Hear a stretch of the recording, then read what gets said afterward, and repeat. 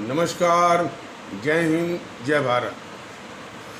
भारतीय अवाम ताकत दल अपने भारतीय भाई बहनों अर्थात अपने मुल्क भारत की जनता अर्थात अपनी भारतीय अवाम से भारतीयता आधारित आपसी श्रद्धा, भारतीयता आधारित आपसी स्नेह, भारतीयता आधारित आपसी प्रेम, भारतीयता आधारित आपसी अखलाक मोहब्बत, भारतीयता आधारित आपसी सहयोग, भारतीयता आधारित आपसी सम्मान, भारतीयता आधारित आपसी एकता, भारतीयता आधारित आपसी भाईचारा तथा भारतीयता आधारित आपसी सद्भाव को समझने और उसे आत्मसात करने और पश्चात उसे अनुसार आचरण एवं व्यवहार करने हेतु और इसके पूरे देश में प्रचार प्रसार करने हेतु और इसकी अहमियत और महत्व को प्रत्येक देशवासी को समझाकर उसे अपनाते हुए वैसा ही आचरण एवं व्यवहार करने हेतु और प्रत्येक देशवासी को अपना ही भारतीय भाई बहन मानकर, समझकर, अपनाकर उन्हें उनके साथ वैसा ही उसी अनुसार आचरण एवं व्यवहार करना है। सतत, सदैव और हमेशा अदब के साथ, आदर के साथ अर्ज करता है, विनती करता है। अब हम सभी लोग एक ऐसे विषय पर चर्चा करेंगे जो कि सुनने में आया है कि ये मोदी सरकार जो कुछ भगौड़े थे, मेहुल चौकसी वगैरह जो है, जिन्होंने इस देश का पैसा लूटा था, उसके कर्जे माफ़ कर दिए। उस संबंध में कुछ अब लोग क्या इसको खबर बना रहे हैं, लेकिन भारतीय अवाम ताकत दल जो स्पष्ट करना चाहता है वो आपके सामने रखना चाहता है। देखिए, मोदी जी 2014 के चुनाव में ये पूरे देश को याद है और हमको भी याद है कि इन्होंने जेएनपीसी गांधी नेहरू परिवार चांडाल चौकड़ी के भ्रष्टाचार के विषय में कहा था कि ये इतनी भ्रष्ट पार्टी है, इतनी भ्रष्ट पार्टी है। और ये भाषण कहाँ कर रहे थे? भोपाल। कि यदि एक के आगे भोपाल से जीरो लगाए हैं तो वो जीरो जो शून्य जो है, शून्य लगाते लगाते लगाते दिल्ली पहुँच जाएगा। इतने की लूट मचाई है इस जेएनपीसी ने। ये कथन था मोदी जी का और बात सही भी है। जितना इस देश को लूटा है इस जेएनपीसी ने, किसी के साथ अंदाज नहीं है। उसके आंकड़े के विषय में हम किसी और एपिसोड में विस्तार से बताएंगे। बहुत लूटा है। इससे बड़ा कोई इस देश का कोई डकैत नहीं है। बताया भी था कि बल्कि आप जितनी लूट मचाई थी, जो देश के लूटने वाले मोहम्मद बिन कासिम था, महमूद गजनी था, मोहम्मद गोरी तो लुटेरा नहीं था, लेकिन महमूद गजनी था। और फिर ये जितना शकों ने नहीं लूटा, उन्होंने नहीं लूटा। और जो आया था वो नादिर शाह लूटने के लिए ईरान का। और जितना ये अंग्रेज़ों ने लूटा होगा, सारी लूट को आप जोड़ दीजिए और उस लूट में जो है इन्फ्लेशन फैक्टर भी लगा दीजिए कि उसमें रुपए की कीमत क्या थी, इसमें रुपए की क्या कीमत है, उसका भी हिसाब कर दीजिए। तो उसका करोड़ों अरबों गुना जो है इस जेएनपीसी परिवार ने इस देश को लूटा है। किसी को अंदाज नहीं है। लेकिन मोदी जी आपने क्या किया? शासन आने के बाद आपने एक नाटक तो किया कि 2014 में प्रधानमंत्री पद संभालते ही SIT स्पेशल इन्वेस्टिगेटिंग टीम, विशेष जांच दल, और विशेष जांच दल के विषय में भी भारतीय अवाम ताकत दल ये बताना चाहता है कि वही SIT है। इसके पहले 2012 से ये तमाम विश्व भर में कालाधन की बात चली थी। सुप्रीम कोर्ट में भी एक याचिका पड़ी थी राम जेठमलानी आदि के द्वारा, ये भारत सरकार मतलब कि सोनिया मनमोहन की सरकार जो कालाधन के खातेदारों का विवरण जो है ये लाए। ये सोनिया मनमोहन से चूँकि इसने ही लूटा था, यही डकैत थी, तो सुप्रीम कोर्ट में झूठ बोलती रही कि ये सूचना हमको मिल नहीं सकती। तर्क कह देती थी कि जो एक डबल टैक्सेशन अवॉइडेंस एग्रीमेंट हुआ है,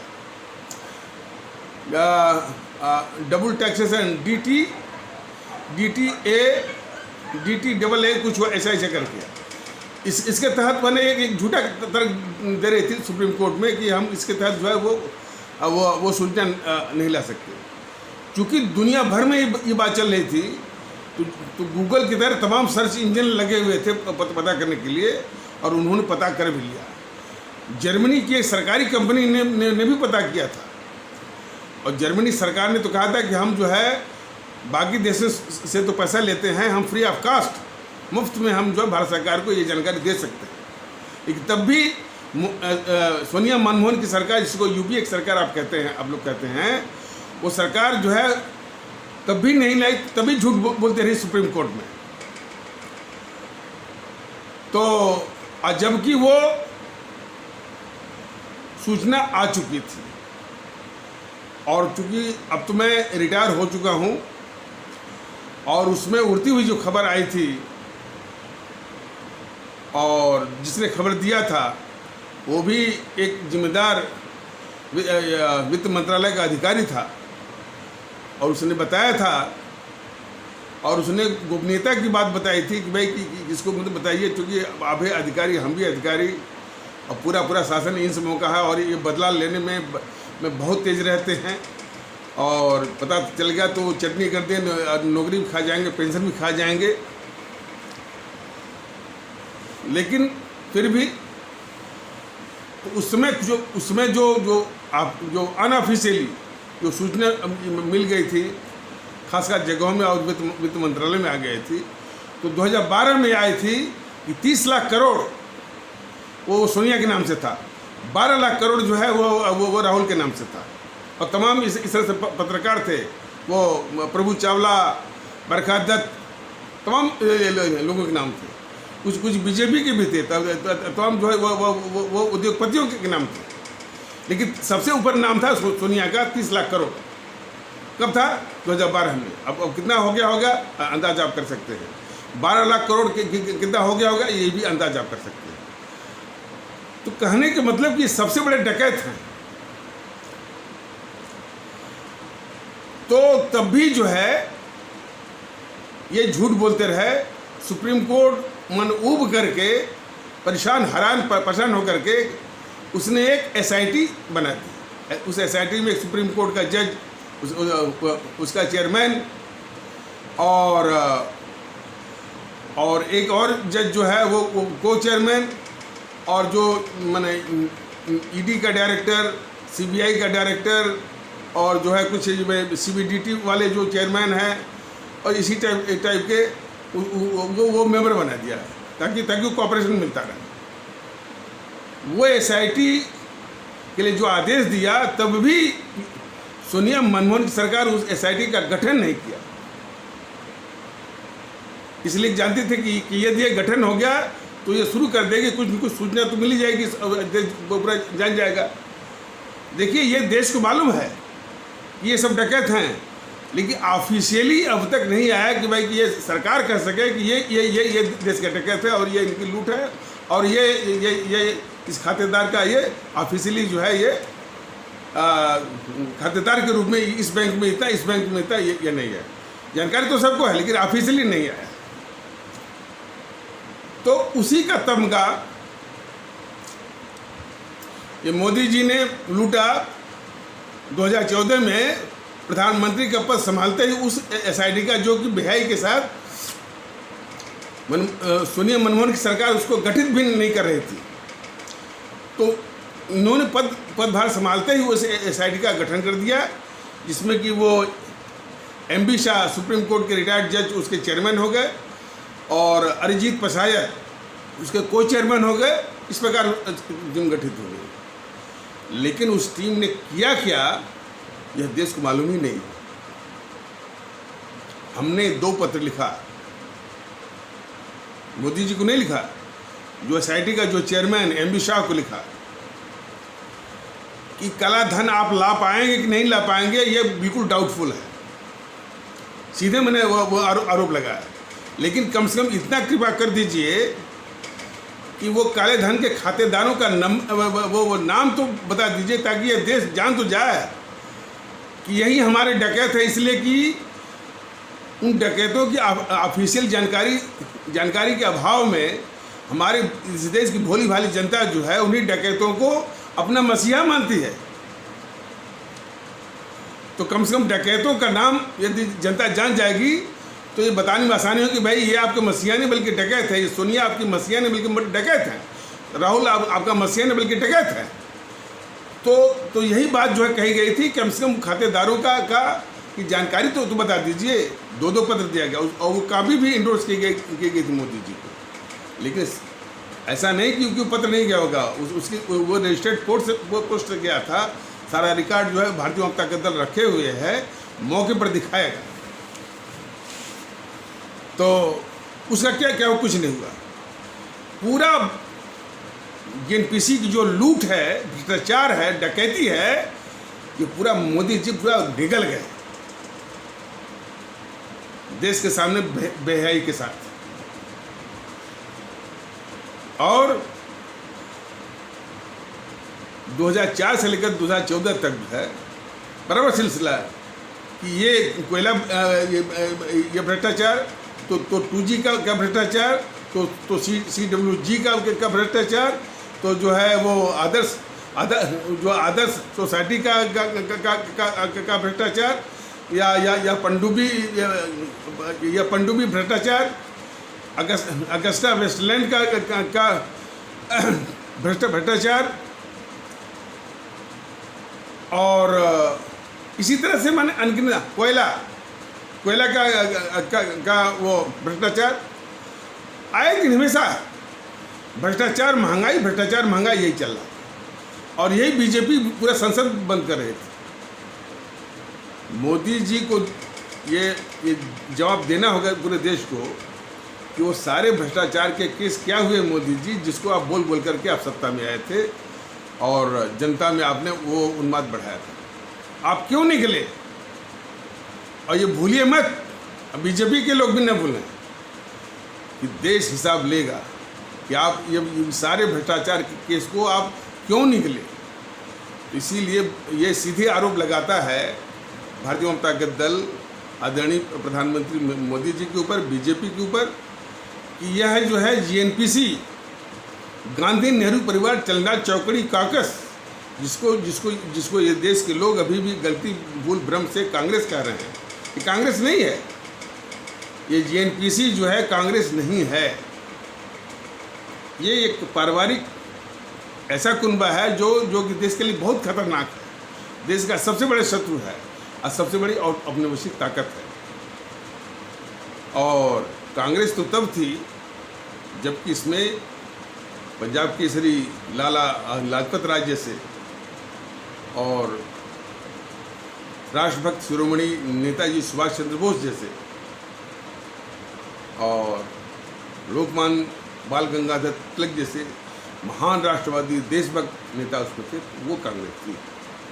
हालांकि ये लोग कांग्रेस में थोड़े दिन तक रहे, वो गांधी का ही चलती रही, थोड़े दिन तक रहे, बाद में किसी तरह से इधर उधर निकल गए।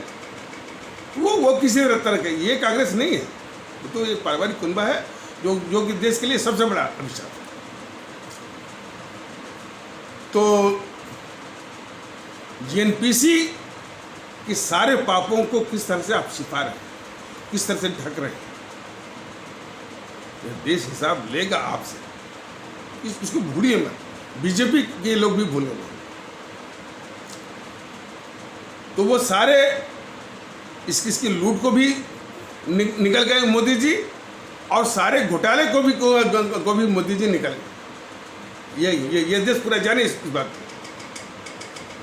और जितना ये विजय माल्या है, मेहुल चौकसी है, नीरव मोदी है, और यही नहीं, आपका ये मुकेश अंबानी है, अडानी है, ये सब के सब जो है जेएनपीसी के भ्रष्टाचार की लूट के हिस्सेदार हैं, रहे हैं, और इनके फाइनेंसर रहे हैं। तो उन्हीं फाइनेंसरों में यही आपका विजय माल्या, मेहुल चौकसे और ये नीरव मोदी जैसे ये भी, और इन्हीं को जो है उस जेएनपीसी से भी मिल करके इस मोदी सरकार ने उनको बाहर भगवा भी दिया, नाटक करते रहे उनको लाने का। और अब हद हो गई कि उन्हीं जेएनपीसी के फाइनेंसरों को का सारा कर्जा भी माफ कर दिया। ये इस बात का पक्का प्रमाण है कि मोदी जी आप किस तरह से जेएनपीसी के एक एक पाप को आप जो है बड़े साजिश के साथ शातिराना ढंग से उसको आप ढक रहे हैं। ये देश हिसाब लेगा, इतिहास हिसाब लेगा, और इतिहास के पन्नों में आप कहाँ दर्ज होंगे इसका अंदाजा आप कर लीजिए।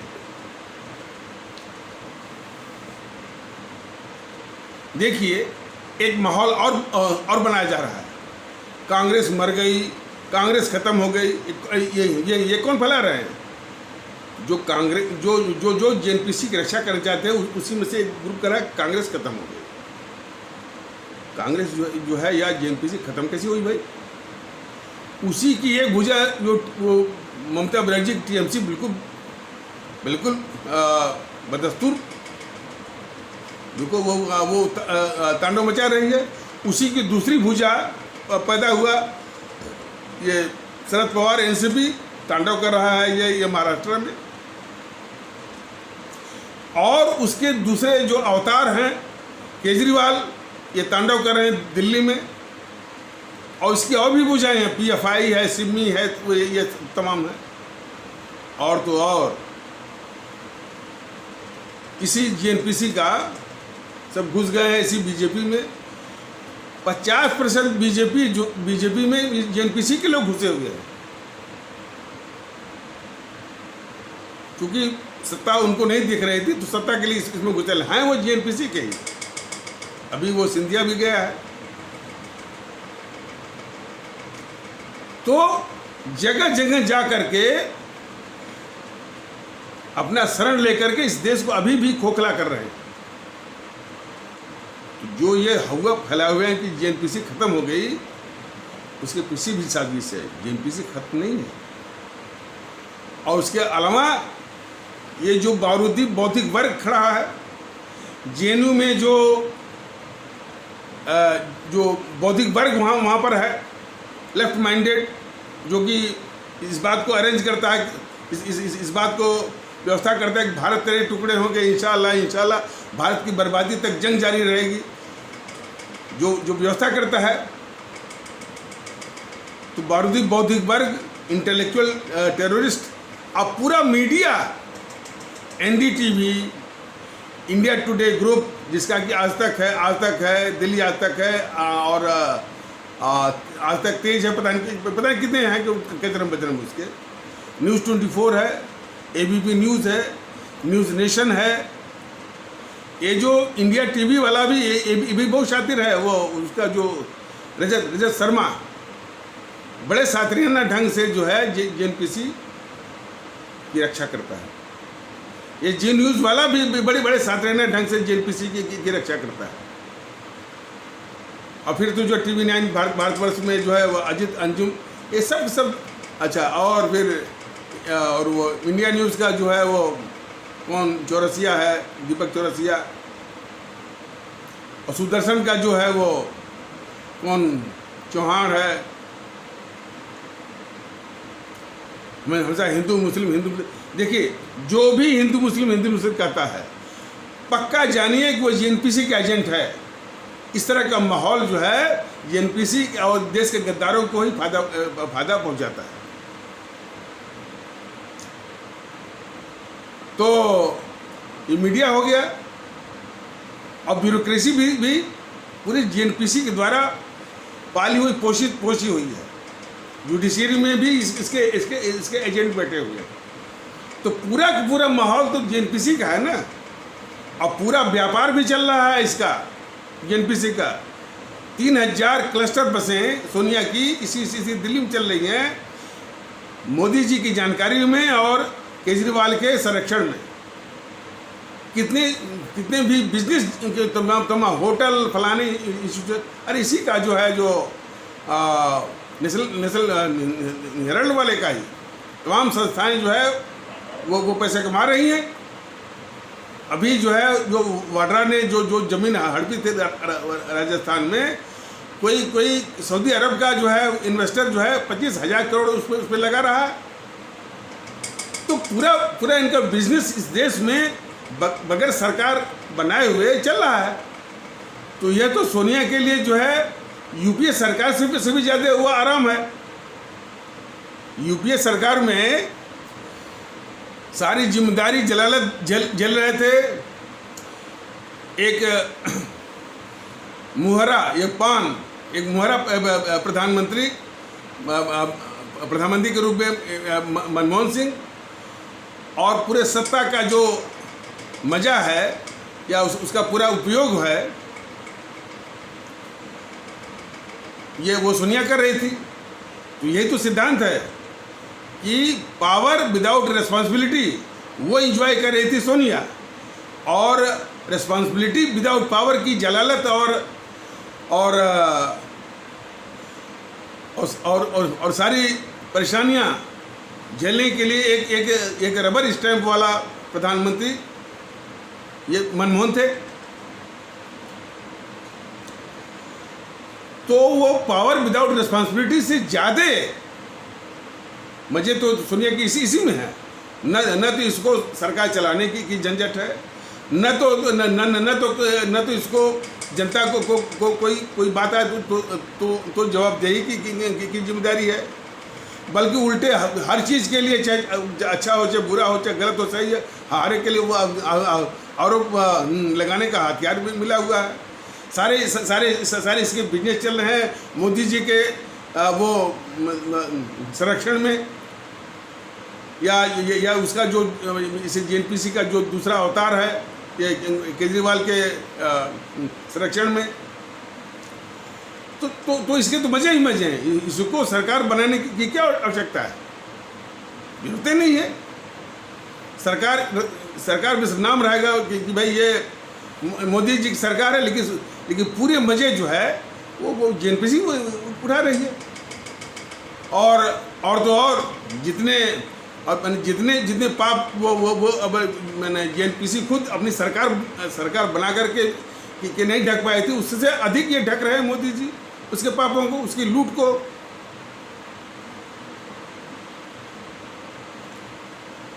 तो ये असली चरित्र है मोदी जी का, उनकी सरकार का, बीजेपी वाला। ये पूरा देश जल रहा है। अब आ जाइए सोशल मीडिया पर जो खुराफात चल रही है बीजेपी के द्वारा। देखिए सोशल मीडिया जब भी आप खोलेंगे उसमें हिंदू मुस्लिम इतनी गंदी बातें। भारतीय जनता दल बराबर कहता है कि जो भी हिंदू मुस्लिम करता है वह इस देश का शत्रु है। क्यों शत्रु है? कि उसकी ये गतिविधि शत्रुओं को ताकत देती है। तो जहाँ पर इस तरह से जहर फैलाया जाता है तो हमारे कार्यकर्ता वो कमेंट में डालते हैं भाई कि नहीं भाई इस तरह की गतिविधि मत करिए, यह देश के खिलाफ है। तो उन्हीं की आईडी ये गायब करवाते हैं मोदी जी के लोग। और जो समाज में गंदगी फैला रहे हैं हिंदू मुस्लिम करके, उनकी आईडी भी चलती है, उनकी गंदगी भी चलती है। ये चरित्र देखिए मोदी जी का और उनकी वो सरकार का। तो भारतीय जनता दल के लोग ये जहाँ सोशल मीडिया में गंदगी फैलाई जा रही है हिंदू मुस्लिम करके, या इस तरह से उस गंदगी को हटाने के लिए जब कोई कमेंट डालना चाहते हैं तो उनकी आईडी गायब हो जाती है, तो उनका कमेंट दूसरों को दिखता ही नहीं है। तमाम तरह की जो टेक्निकल खुराफात, जो मिसचिफ होती है खुराफात, वो डाली गई है। लेकिन मोदी जी मत भूलें, सब समय एक जैसा नहीं होता है। समय आएगा, जेएनपीसी का तो हिसाब लेगा, कम्युनिस्टों का हिसाब लेगा, और आपका हिसाब लेगा कि आप उससे भी अधिक गिरे हुए कैसे हैं। और आपके लोग नाम क्या लेते हैं? हिंदुत्व का। अरे भाई, यदि यह देश सुरक्षित रहेगा, महफूज रहेगा, तो हिंदू सनातन भी सुरक्षित रहेगा, इस्लाम भी सुरक्षित रहेगा, सिख धर्म भी सिख पंथ भी सुरक्षित रहेगा। और मुल्क को ही कमजोर कर दोगे तो न हिंदू सनातन बचेगा, न तो इस्लाम बचेगा, न तो कोई बचेगा। इस चीज़ को समझ लीजिए। मोदी जी आपकी हर एक गतिविधि जो है इस देश को कमजोर कर रही है। पूछे कैसे? आप देश विरोधी ताकतों को अपने एजेंडों के द्वारा ताकत दिलवा रहे हैं, और उन देश विरोधी ताकतों के आगे आप घुटने टेक रहे हैं। और कौन देश विरोधी ताकतें हैं?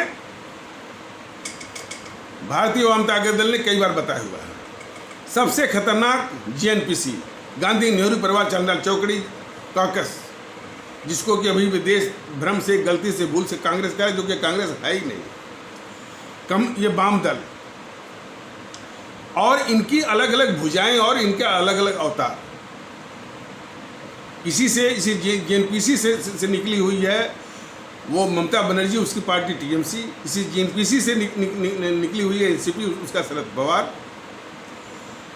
और इसी का इसने अपना खून सब कुछ दान दे करके एक नया अवतार, केजरीवाल, उसके आम आदमी पार्टी को खड़ा किया। और इसके साथ चिपकने वाले जितने भी और भी राजनीतिक दल हैं, सपा है, बसपा है, उद्धव ठाकरे की जो शिवसेना है, डीएमके, एआईडीएमके, टीडीपी, ये सब बहुत बड़े खतरनाक सब। और इसके अलावा ये media, NDTV, India today group, जिसका कि आज तक है, और आज तक के अलावा जो है मैंने दिल्ली आज तक थे इत्यादि, news 24, news nation, ABP news, India news, TV9 Bharatvarsh की। और जो हिंदू मुस्लिम करता रहता है, वो क्या उसका, हाँ, सुरेश चौहान, बहुत खतरनाक है वो भी जेएनपीसी का एजेंट है। भारतीय आवाम ताकत दल बिल्कुल स्पष्ट कर रहा है पूरे मुल्क के सामने, अपने आदरणीय भाजपा ने, जो भी हिंदू मुस्लिम करता है, उस देश का शत्रु है, इस देश के शत्रुओं को ताकत दे रहा है। इस विषय में यह स्पष्ट करना चाहता है कि मान लीजिए कोई इस तरह से घटना होती है, चाहे वो तबरेज की घटना हो, चाहे पालघर की घटना हो, अपराधी या आतंकवादी होता है, वह हिंदू या मुसलमान नहीं होता है। नंबर 1, जो उसे पीड़ित है, जो उससे प्रताड़ित है, जो उसका शिकार बना हुआ है, वो हमारा ही प्रिय आदरणीय भारतीय भाई बहन है, न कि वो हिंदू या मुसलमान। इस दृष्टिकोण को पालने की सख्त आवश्यकता है। इस दृष्टिकोण से अलग तमाम जहर जो है वो फैलाया जा रहा है सोशल मीडिया पर। उनकी आईडी चल रही है, जो सोशल मीडिया पर इस तरह की गंदगी फैला रहे हैं, उनकी आईडी चल रही है। और जो इस गंदगी को काटना चाहते हैं, उसकी आईडी को ये हटवा रहे हैं मोदी सरकार के गुर्गे और मुर्गे। तो फिर से ये कहा जा रहा है कि हर दिन एक जैसा नहीं रहेगा। ये देश और इतिहास हिसाब लेगा मोदी जी आपसे। इस मुगालते में आप मत रहिए। तो वही चीज़ है, जब ये पार्टी सिर्फ भारतीयता की बात करती है, भारतीय एकता की बात करती है, उसको ये बहाना लेते हैं कि भाई कि आप जो है असामाजिक बात करते हैं, इसलिए आपकी आईडी जो है वो उड़ा दी जाती है, गायब कर दी जाती है, आपका कमेंट नहीं दिखेगा। तो इससे इनका जो घिनौना जो चरित्र है वो सामने आता है, और इससे भारतीय जनता दल वो रुकेगा नहीं।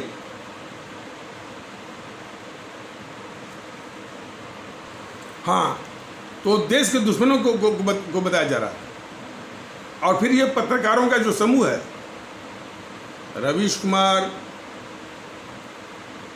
संदीप चौधरी, मानक गुप्त, निधि राजदान, संकेत उपाध्याय, पुण्य प्रसून वाजपेयी, आशुतोष, विनोद दुआ, बरखा दत्त, राजदीप सर देसाई, शेखर गुप्त और सागरिका घोष, अरफा खानम, राणा अयूब, राहुल कंवल, एक बड़े शातिरन ढंग से आता है छुपा रुस्तम, सौरभ त्रिवेदी वो चलाता है वो लल्लन टॉप। इस तरह के तमाम है, अजीत अंजुम, ये सब बड़े खतरनाक पत्रकार हैं और देश के लिए बहुत खतरा है। तो ये भी खतरनाक एक पत्रकारों का ग्रुप है। और प्रिंट मीडिया में देख लीजिए, सबसे खतरनाक गद्दार the Hindu paper, the Hindu English daily, और उसी के आसपास ये भी चलते हैं times of India, Indian express, Hindustan times, Navbharat times, Dainik Bhaskar. और बाकी जो बचे हैं जैसे कि जी न्यूज़ आपका है, ये भी बड़ी शातिरन ढंग से जेएनपीसी की रक्षा करता है। जो रजत शर्मा है वो भी रक्षा करता है। दैनिक जागरण भी बड़े सफाई से जेएनपीसी की रक्षा करता है। तो पूरा माहौल तो जेएनपीसी का ही है। तो खैर, मोदी जी को भारतीय जनता दल निवेदन भी करता है, चेतावनी भी देता है कि इस तरह की ऊंची हरकत मत करिए। भारतीय जनता दल जो हिंदू मुस्लिम करके विभाजनकारी जो जहर सोशल मीडिया में फैलाया जा रहा है, उसको काटने के लिए ही जो है वो अपना संदेश, कमेंट वगैरह वो देना चाहता है। वह देश विरोधी नहीं, देश विरोधी तो जो हिंदू मुस्लिम करके कहा था वो देश विरोधी है। तो उनकी आइडिया आप उड़ाइए ना, आप उनकी आईडी उड़ाइए। यदि आप में आप तो देशभक्ति की पार्टी ही है, देशभक्ति, राष्ट्रवाद, और आपके करतूत क्या है कि पूरे सोशल मीडिया में जो हिंदू मुस्लिम तमाम समाज को तोड़ने वाली गतिविधियां चल रही हैं, उसको आप जो है वो प्रश्रय दे रहे हैं, उसको बढ़ावा दे रहे हैं। और जो इस माहौल को काटना चाहता है उसकी आईडी आप गायब कर रहे हैं। ये आपका राष्ट्रवाद का असली चेहरा है।